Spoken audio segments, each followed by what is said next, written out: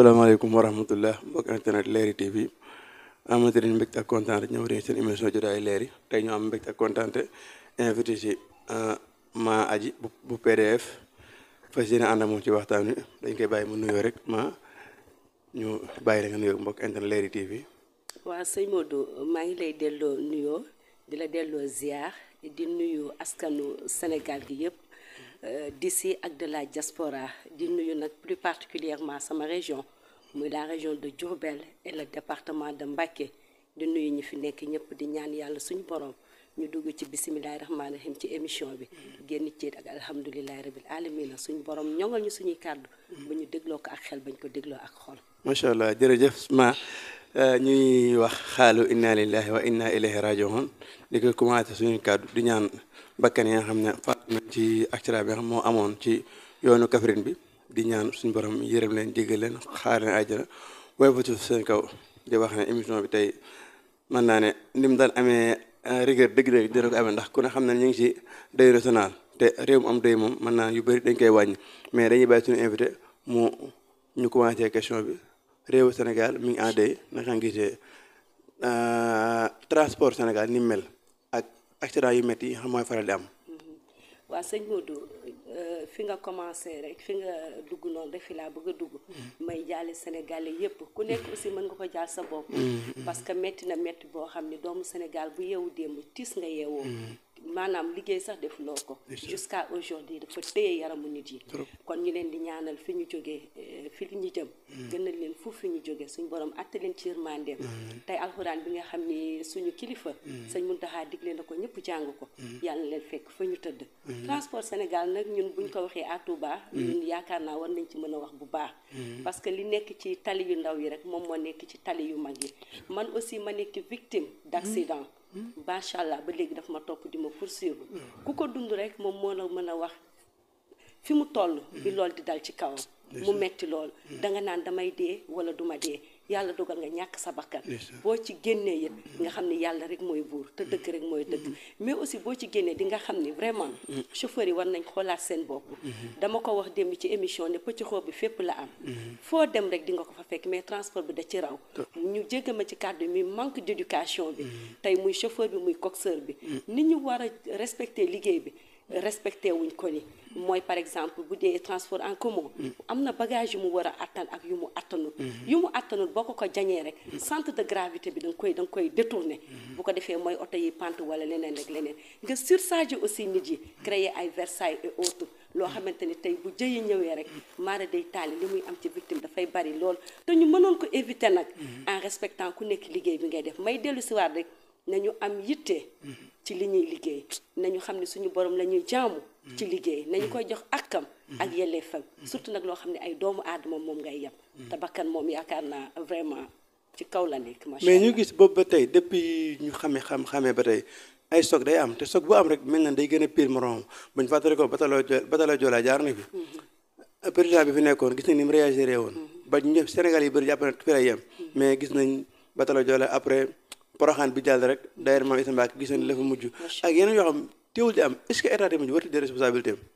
c'est vrai état am na ci part de responsabilité mais man damay wax toujours ci pàcc boo mënti jël avant que état di ñëw di def ñun le peuple dañu ci am une part de responsabilité ñun nañu yaraat suñu bopp nañu organiser waat gis nga état yi nga xam ne dañu développé yëpp dañu yar seen bopp jëlal Chine jëlal la Japon dañu yar seen bopp éduquer seen bopp ku ci nekk la dignité humaine am importance ci yow nga nawloo sa morom respecter sa morom notre liberté tubaab da koy wax s'arrête là où la liberté de l'autre commence nit ku nekk li nga am moomal ko sa bopp sañ ko fii la yem fi bosu keneen di commencer loolu bu ñu koy bàyyi xel yaakaar naa yu mel ni dina ñàkk état nag dafay ñëw rek pour renforcer bu la fekkee nga am yar organiser sa bopp li nga nekk nga xam moom mooy lan xam fa nga ca bëgg a toll xam noo bëgg a ñoŋalee état day ñëw gunge la mais accompagner la état du sos mukk état dafay sof day fekk nit ki ci yëf mu gunge ko jàppale ko c'est bien beau nag dara xew toujours ñu ne responsabilité état la mais ñun tamit peuple bi l'état c'est l'état et le peuple ñooñu ñooy doxal mais boo gisee ñu bëri di wax état gis nañ marque ma tëli yi boo yebee benn nombre bi ay policiers ngay romb ci tëli yi ba pare parc automobile bi foofu war a ñu naan état est-ce que loolu tamit war ñoo renouveler parc bi dëgg-dëgg ndax bu ñu xool ay Ndiaga Ndiaye ay sept places yii nii est-ce que amati nañ droit pour daw fii Sénégal donc rawatina Touba ak Mbàkke Touba ku ne xam na ne seen carte grise deux places moo ñu war a am ñu yeb n'importe qui daal paccaxoo boobu est-ce que tamit waruñoo laal foofu dëgg-dëgg waaw foofu aussi war nañ ko laal mais aussi toujours bu ñu ñëwee ci homme de loi yi nga xam ñoom ñoo war a régulariser système routier bi ñooñu dañ ci am part de responsabilité bu rëy parce que à chaque fois man sama jëkkër c'est un immigré su ñëwee bu ñu ko arrêté dama naan ko génneel 2000 nga jox ko mu ne ma jamais de la vie mais bu ñëwee moom da koy jox ay papier am daal di kuul mu delloo ko man ko tiens lan mooy sa secret mu ne amul secret dama def code passé permis ma am ko valablement kon bu ma homme de loi arrêté damay taxaw ma xool ban infraction laa def defuma infraction je le sais dafay xool mu rendre ma samay kayit mais duma ko ger parce que loolu tax ñu teg ko fi kon ñoom it maa ngi leen di ñaan ñu ngi rafetlu bu baax seen liggéey parce que suñu sécurité la ñuy assurer mais ñu delloosiwaat ñoom it seen xel ci yitte bi may wax rek ak organisation bi ak éducation bi ci fànn yëpp la am ci wàllum liggéey bi nañu ñongalaat seen bopp état aussi am na ci benn part de responsabilité mooy part bi mooy moom dafa ñuy gunge na fexe moom it visite technique yi oto yi nga xamante ni durée bi mooy loolu xam nga ñu accentuer ci une politique bu forte gis nga boo tolloo ci dogal wala jël décision bu ragal boo ragalee rek di nga lor sa askan yàq lu bëri sax très bien am na solo léegi nag ñëw si ndey mi léegi mooy président Pape Djibril Fall PDF seen parti bi département de Mbacké gis na élection yi jàll daanaka tekku leen fi dara de ndax mën nañu on a été troisième on a été troisième ah déet jox ma résultat yi ma xool non mais comme élection li ngeen am fi chiffre bi ngeen am département Mbacké mais fii presque on a presque 4000 voix te boo demee département di Guédiawaye foo mënti dem loolu la ñu fa am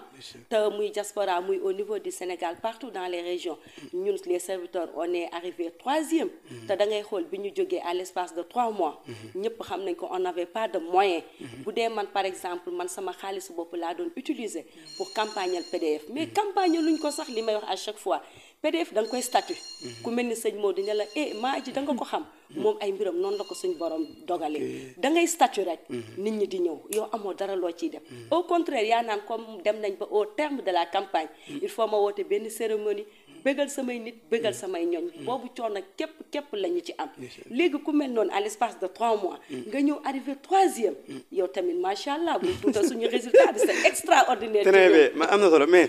buñu gisee par rapport li ñu doon gis ci terrain ak li ñu xam parti politique mu koy dox Sénégal rawatina Touba gi ñu leen di gis ci terrain bi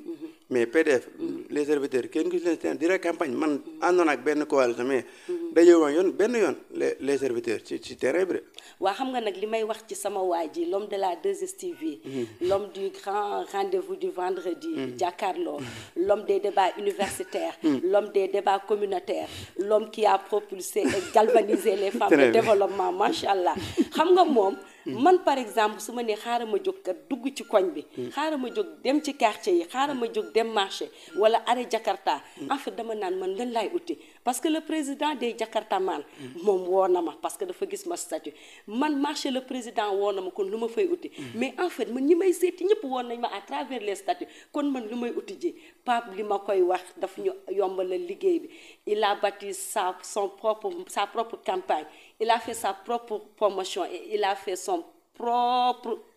campagne kooku kenn defalu ko dara lépp moom moo ko liggéey en fait kon ñun lu ñuy dem donc ñu indi lu bees ci politique di wan ne ñun soxlawuñ dem di jox kenn saabu wala ñu lay jox kilo ceeb wala ñu lay jox xaalis wala ñuy ñëw sa kër di la wax naka sa dul noonu di la promettre loo xam ne mënuñu ko dañu la wan ne ñun suñu introduction en politique c'est différent de tout leader nu mu duggee ci politique parce que à travers nos émissions à travers nos débats dañu wax ci pàcc bu nekk ba ci transport bi tey waxoon nañ ci jàkkaarloo wax ci suñu xalaat askan bépp xam ñun lan mooy suñu point de vue au niveau du Sénégal situation yi ñu nekk lan mooy ci suñu xalaat yoon solution la ñu koy indi kooku suñu leader daf ñu ko defal ba pare donc bu jógee di campagne lan lay campagne ji danaan aw ma moyen defuma région yi man ko Pape tu n'as pas besoin de faire les régions du Sénégal tu l'as fait grâce à tes émissions ak sa volonté bi nga am ci sa liggéey Pastef bi macha allah moo la jox li bokk ko gaañi donc dem fenn am na solo après élection yi ñu gis mu am benn nombre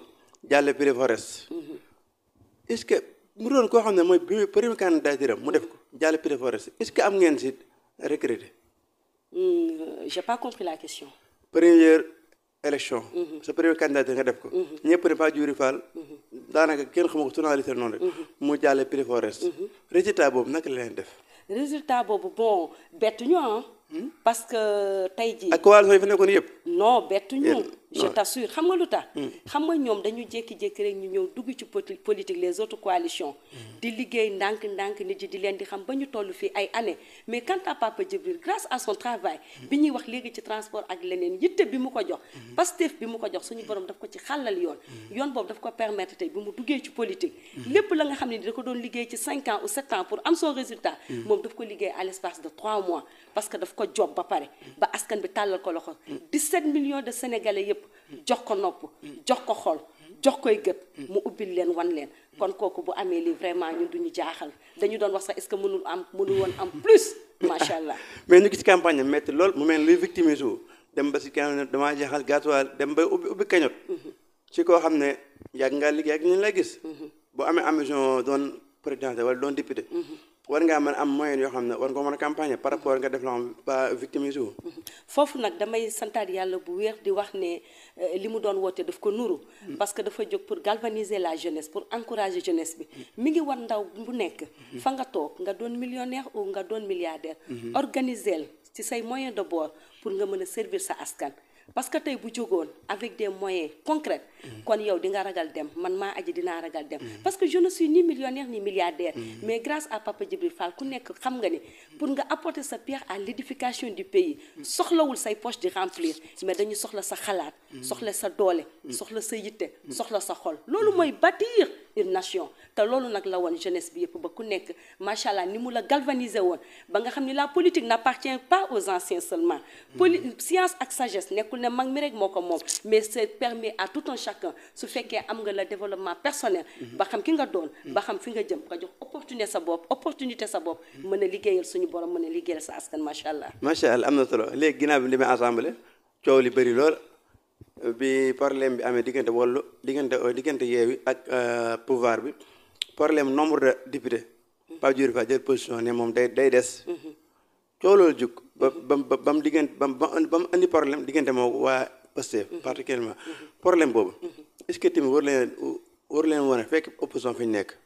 waaw bon fi may commencé barki démb dañu ma invité ci benn live au TikTok ma wax ci ne ñun les serviteurs soxlawuñ di ut lay wala ñuy expliquer benn partisan wala sympathisant boo xam ne féete nga déjà ci nit ci parti yow da nga am choix nga féete fi nga féete ñun boo ñu dee laaj amuñu pour expliquer la mais nag dinañu expliquer parce que ku mel ni sëñ Modou miinul Pape daf ko gis rek à travers ses émissions mu bëgg ko wóolu ko kooku war nañ ko rassurer def ci moom benn assurance boo xam ne li mu gisoon ci communication nit ki ak geste yi mu doon def ba mu définir ko xam ni kat kii nit ku baax la kii c'est un homme de valeur nit koo xam ne mën na liggéeyal Sénégal ëllëg kooku ñun lañ soxla di ko rassurer moo tax ñuy tontu ci question bi bon xam nga ñi fi nekk dañu tànn seen yoon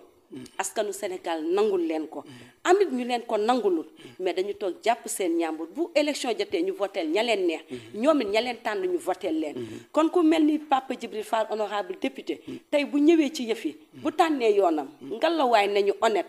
ñu respecté doomu aadama ñu bàyyil ko ak choix am ñu xool fan la ñu jëmee comme ñoom ni ñu leen ko nangulee woon ba ñu ñëwee parce que ñun mënuñu ñoo xoqatal ba ñu ànd ci ñoom li ñu bëgg bàyyi ñun li ñu tànn parce que dañu am xel di xalaat am xol pour jëf ñun aussi ñun les serviteurs ñu am xel di xalaat am xol bi ñuy jëfee te suñu yoon bii ñu tànn nag on est très à l'aise ci suñu yoon bi parce que yoonu valeur la yoonu respect la yoonu yërmande la yoonu sutura la yoonu jox cër ku nekk sa morom te saa su ne yët ki nga dendal yaa ngi koy jox la ko di ko baalu àq macha allah. mais Pape Djibril Fall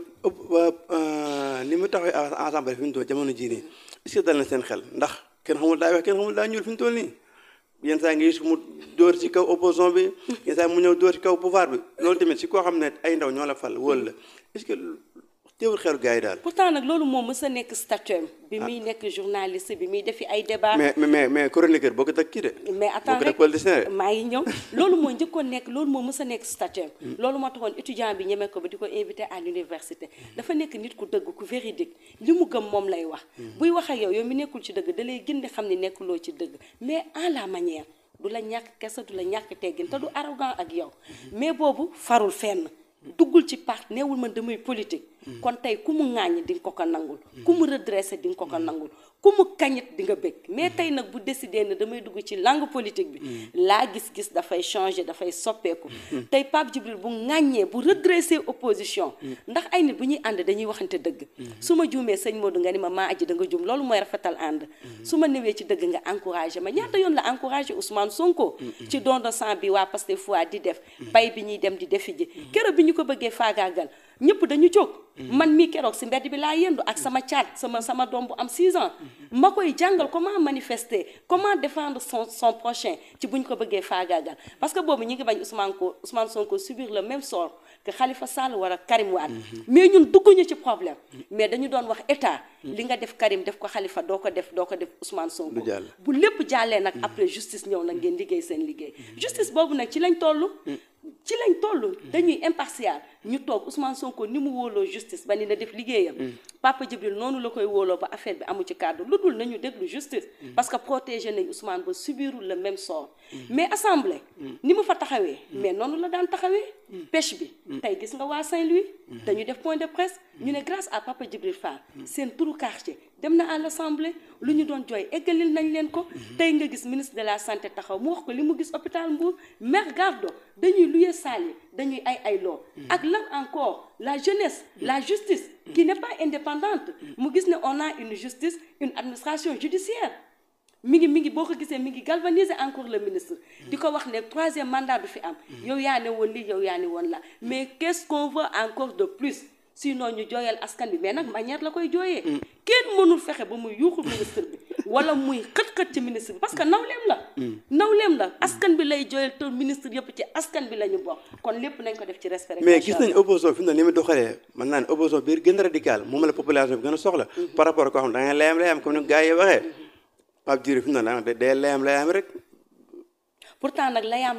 boobu ñu koy waxal tey jii moo taxoon mag mi mën koo déglu xolam di neex moo taxoon ndaw bi ay gëtam ubbeeku mu mën a xam ni ci réew mi la bokk parce que li mu daan wax jàkkaarloo posément la ko doon waxee clairement la ko doon waxee à haute voix la ko doon waxee te la même posture moom la am à l'assemblée gis nga ñun suñu leader amuñu leader boo xam ne dañuy jékki-jékki mu wax rek ñun ñu dégg dañu am leader boo xam ne avant muy wax dafay ba assemblée dafay échangeanteeg ñun balaa muy dem di toog parce que ñun ñoo koy seetaan parce que ñun ñoo koy déglu te xam nañ suñu xol lan la attan pour dégg suñu noppi lan la attan pour dégg moo tax toujours mi ngi ci ñun conduite bi nga xam ne moo tax ñun ñu ànd ak moom mu fekk ñu fi it ànd ñu woon ak kenn mu ñëw rek ñu ne ko ana waa am na solo macha allah léegi ñu gis fan yi jàll manifestation bi nga xam waa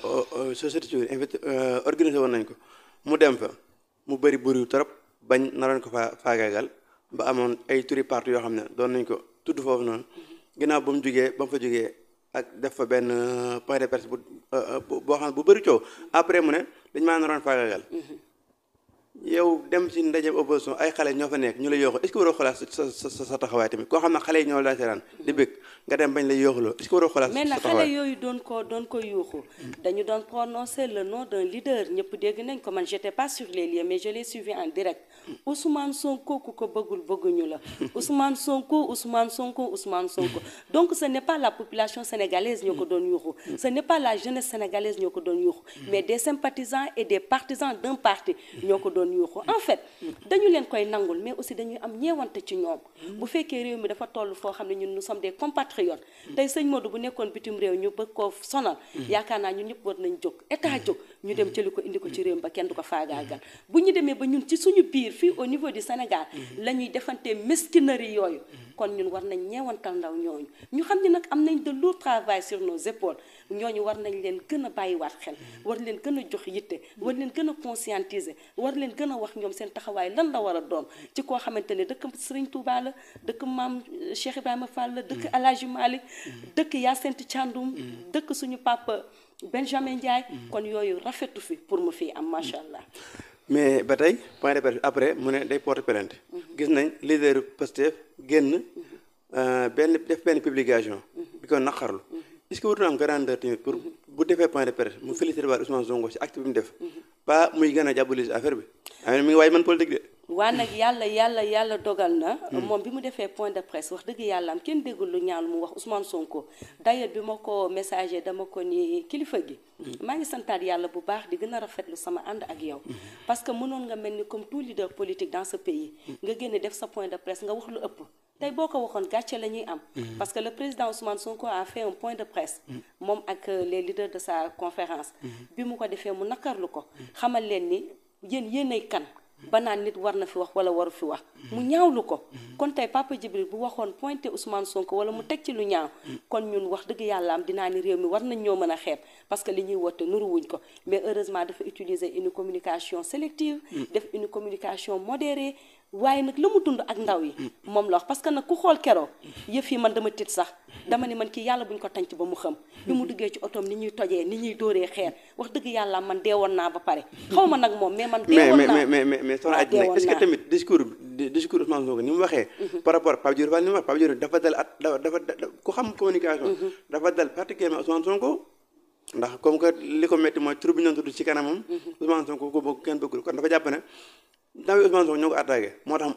mu dal Ousmane Sonko carrément waaw tey jii ñun ndaw Papa Djibril Fall bu ñu jógoon ñu def une très mauvaise communication ci Ousmane Sonko j'en suis sûr que bu toogee dina xam ni ñun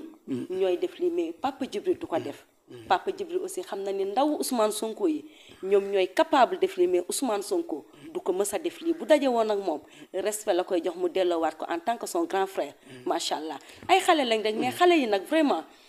dafa metti parce que man su ma xoolee moom petit Mouhamed ki nak 6 ans yërmande bi am ci moom respect bi mu respecté doomu aadama ci xale bu tuuti ma gis ñoo xam ne âgé de 20 ans ou plus presque la trentaine ñuy comporté woo de cette manière à ñeewante war na am wax dëgg yàlla léegi ginnaaw ba mu defee plainte Issa Sud fu mu toll comme que waaw xam nga wax dëgg yàlla moom dafay sëtu noble di sëtu maam Cheikh Ibrahima Fall ku xam maam Cheikh Ibrahima Fall xam ko ci yërmandeem mais xam ko ci fit wu rëy wa xam ko ci responsabilité bu mu nangu woon yenn Pape lu mu moom boppam aussi réew mee ko moom te fii ci suñu réew mi gis nañ ci plainte bu nekk jóg fi mais toujours nag nit yi dañuy jaar ci suuf waxtaan ba trouver un terrain d'entente parce que Sénégal lu ñaaw xaju fi ndaw ñooñu ci waxam sax nee na dama leen a ñeewantal incha allah plainte boobu wallaahi dugal nañ ko mais lu ñuy tegaat ci suuf la parce que réew mi ñoo ko bokk bu ñu gisee loo xam ne rafetul nañu jéem a ñun ñëpp ñu boole suñuy force boole suñu xel boole suñu xol ba jéem a rafetal loolu parce que xoolal yonent bi Seydina Muhammad sallallahu alayhi wa sallam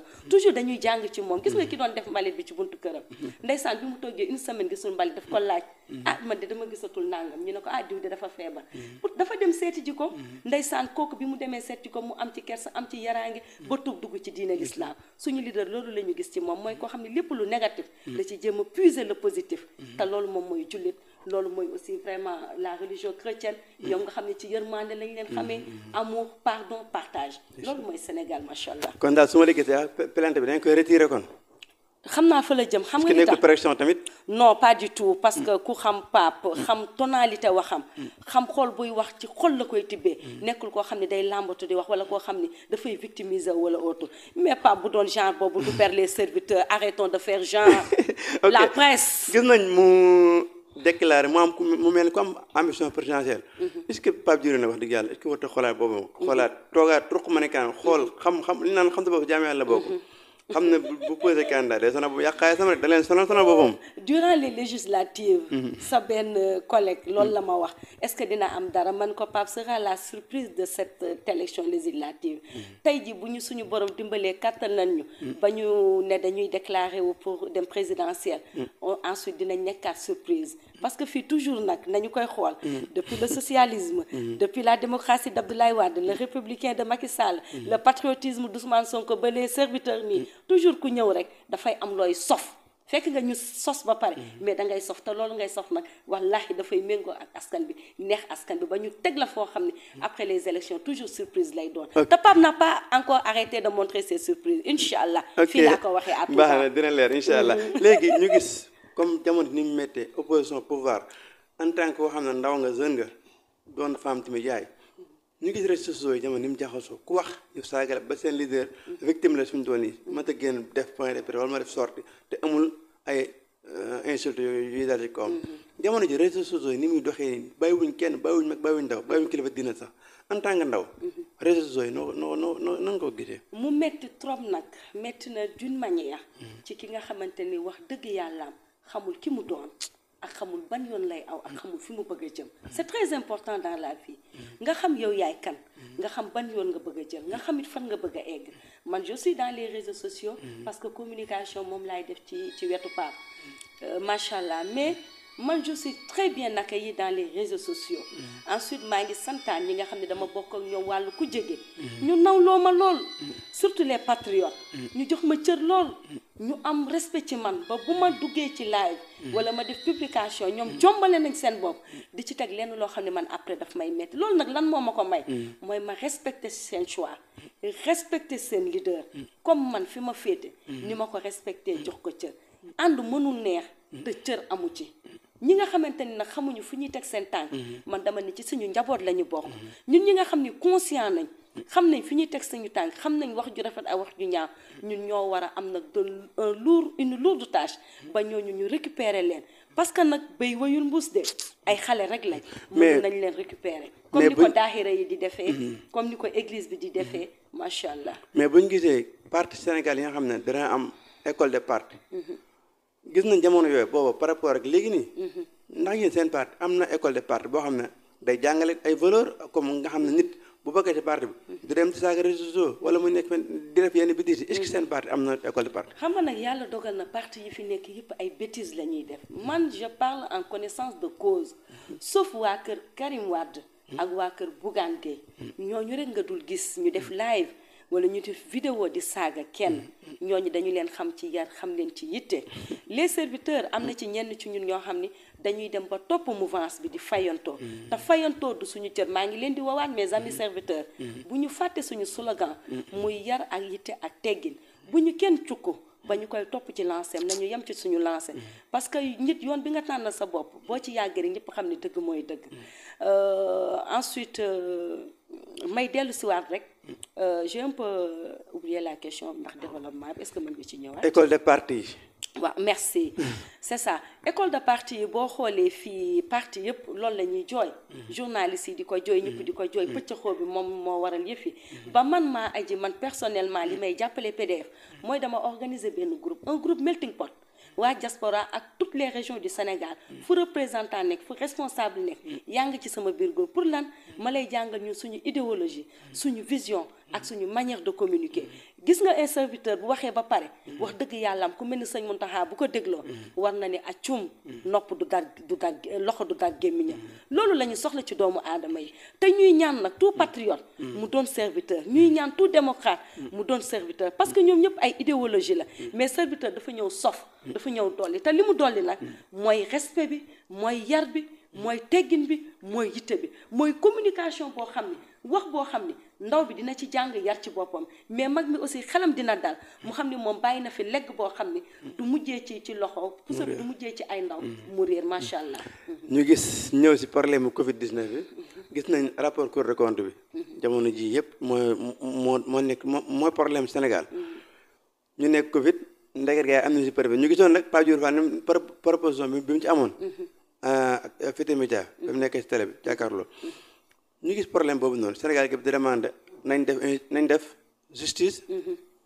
doxal liggéeyam mais ba léegi kenn amagu ci dara loo leer ba ministre de la justice dégg nga bi mu génne li mu waxaat problème boobu noonu nag nga ko dundee lan mooy seen xalaat yéen waa les serviteurs mais mooy comme si li ci kilifa gi wax muy honorable député Papa Djibril Fall dafa metti ñoom journalistes yi nee na ñoom ñoo gën a pauvre mais pas bul fàtte jigéen ñi ñoo gën a ndóol parce que lu ñu am dugalaat ko ci kër gi te au moins sax ñun dañu sacrifier woon suñu bopp pour dimbali suñuy ñooñ mu wax jafe-jafe yi ci nit ñi daj yëpp nga xool entreprise yi nekk fi au niveau du Sénégal nga xam ne état dooleelu leen état jàppalewu leen état gungewu leen boo gisee des médias yu muy subir nii metti na te ñooñu ñëpp dañu jël seen ñetti dërëm ak seen ñeenti dërëm ñu ñëw jox état kon lu mel ni bu amee ay nit jaawale suñu poche ak seen poche man pour man Macky Sall le président Macky Sall gardien de la constitution waroon na gën a radical ci problème bi. déet mais est-ce que tamit c'est trop tard ndax fi ñu doon wax na premier ministre mu téye kii bi enquête bi mais bu trop tardé ci moom it ñun suñu nopp yeeg suñu gëj yëpp ñu ngi ko ubbi te duñu bàyyi nag weer yu ko fi dese affaire bi dina leer de ku lekk justice daal ci sa kaw ku mën a fay nga fay ku deful dara it mu leer naa ñi ne defoo dara. mais est-ce que discours bi Amadou Ba def wax bi mu wax keroog bi mu dalalee société civile bi est-ce que war a dalal seen xel. man instant bi dara dalalul sama xel xam nga man lu dalal sama xel. justice ne lii laa génne. ok lii laa gis ci mbir mi loolu daal man maa aji. moom mooy dalal sama xel wax dëgg yàlla. ok ñu gis réew mi yëpp problème bépp lenn la troisième mandat Macky Sall def troisième mandat Macky Sall du ko def yéen en tant que les serviteurs koo xam ne wax dëgg yàlla am na droit def troisième mandat constitution may na ko ñu ngeen taxaw ba koo jaxase ak population war def troisième mandat te loo xam ne constitution moo ko may ngeen bëgg koo bañal. en fait nag ñun jaxasewuñ kenn te damay santaat yàlla suñu borom bu baax a baax bi mu ma boolelee ak Papa Djibril Fall ba suñuy xalaat méngoo parce que bu xalaatoon leneen man aussi la ma xalaat laay wax parce que ànd ak nit di ko gunge it du tax man it wax dëgg yàlla kenn tënk sama xalaat mais ñoo ci bokk xalaat le président Macky Sall bu fekkee dañu ne constitution may na ko mu laajaat mu déposé waat candidature am man damay wax 7 ans yi mu njëkk a gouverner 7 ans yooyu fan la koy def récréation la woon séjour la woon wala lan la ci doon def parce que 7 ans yooyu ak 5 ans yi c'est 12 ans de règne. mais fan nga bàyyi référendum bi. mais référendum bi dañu ne 2 mandats éligibles n'est-ce pas. tu es éligible 2 fois n'est-ce pas. ce premier mandat mais 7 ans bi est-ce que loolu bokkoon na quinquennat bi. mais laissons le quinquennat à part moom bi muy def 7 ans yi bi mu koy def dugal roof référendum bi ci biir xam na la ko cay fekk nag na gore rek xam ni 2 mandats la def parce que 7 ans yooyu du woon ay vacances de dañu ko joxoon budget mu établir ñu une très bonne politique muy le plan Sénégal émergent di doxal mu laajaan ñu en 2019 ñu ne ko continuer li nga commencé woon ñu éliraat ko 12 ans de règne vraiment ça suffit de kàngam yaa ngi fi de. mais bu ko loi ñun jigéen ñi sax mën nañ jiite réew mi. mais kàddu Macky Sall loi moo ko jiitu loi moo ko raw. mais loi bi xam nga man par exemple référendum bi man dama prudentoon mi ngi ma fekkoon au marché. tey sama commerçante yi nekk au marché duñu ma bàyyi bi may ndugg. wax naa leen ko ma ni leen wii bi ku ko voté. billaahi dinañu dem en 2024. di nga am problème parce que di nga ni waa ji jeexal na. waa ji ne la dese naa. maa aji loo nar ma ni leen noo bi laay sànni. maa aji nag nañu sànni wii bi rek tey mi ngi nii. ok léegi nag ñu gis jamono ji ni muy doxee coalition yu bëri ñi nga xam ñoo ànd ak benn bokk yaakaar ñu si bëri ñu ngi organiser ay meeting de investiture comme ku si ma bëgg demoo Ndiaye sa naataangoom jigéen Thérèse Faye Diouf organiser meeting bu rëy pour investir président Macky Sall 2024 est-ce que loolu tamit warut waaw ñoom nag les apéristes nag ci seen droit la ñu nekk parce que xam nga bëgg dafa fort ànd ak nit dafa fort te nguur it dafa neex moo tax lu ñu mën a ngooy rek daañ ko ngooñ waaye nañ xam ne nag nguur gi du royaume c'est une république da ngay def li nga mën après nga bàyyi it nit ñi def la ñu mën jeunes yi mën nañ ko jiite ñun les femmes it mën nañ doxal parce que ñun boo gisee nit ñi doxalee kër yi yor njaboot gi ku ñu jox réew mi ñu doxal ko mais Macky ni muy doxalee ni est-ce que